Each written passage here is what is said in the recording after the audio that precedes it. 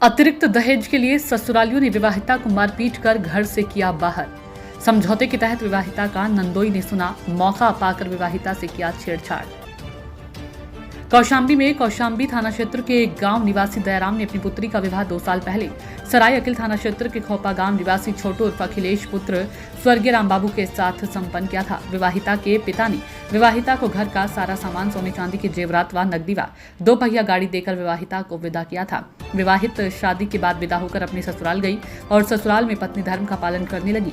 कुछ दिन तक तो सब कुछ ठीक ठाक चलता रहा, लेकिन कुछ दिन बाद विवाहिता के पति छोटू उर्फ अखिलेश, सास चंपा देवी, जेठानी सुषमा देवी, जेठानी सुषमा, पत्नी अशोक, जेठ अवधेश का साला रमन गांव निवासी बथुई थाना चरवा, नंदोई जियालाल निवासी गांव गोहानी थाना चरवा सभी लोग मिलकर एक राय होकर अतिरिक्त दहेज के लिए विवाहिता को प्रताड़ित करने लगे।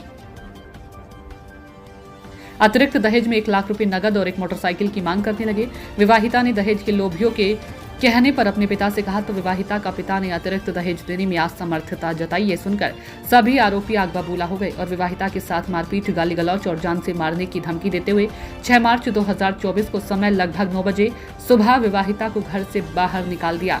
विवाहिता ने अपने पिता को फोन के जरिए से बताई तो विवाहिता के पिता ने अपने भाई को भेजकर विवाहिता को अपने घर बुला लिया। 8 जून 2024 को विवाहिता के नंदोई जियालाल पुत्र गरीब निवासी गांव गोहानी थाना चरवा के द्वारा रात लगभग 9 बजे फोन से समझौते के लिए कहा और कहा कि तुम सुबह 11 बजे कौशाम्बी ब्लॉक के पास नहर नैनवा रोड पर आना।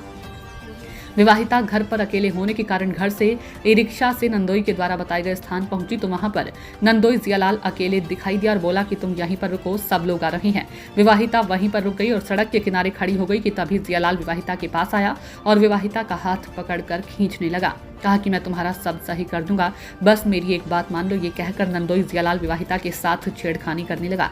विवाहिता रानी लक्ष्मीबाई बनकर जियालाल को धक्का मारकर गिरा दिया और वहां से मौका पाकर भाग खड़ी हुई।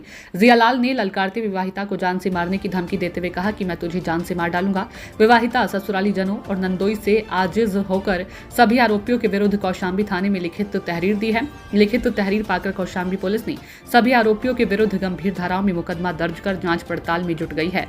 Voice of Kaushambi news channel से गणेश अग्रहरी की रिपोर्ट। वीडियो को ज्यादा से ज्यादा शेयर करें। धन्यवाद।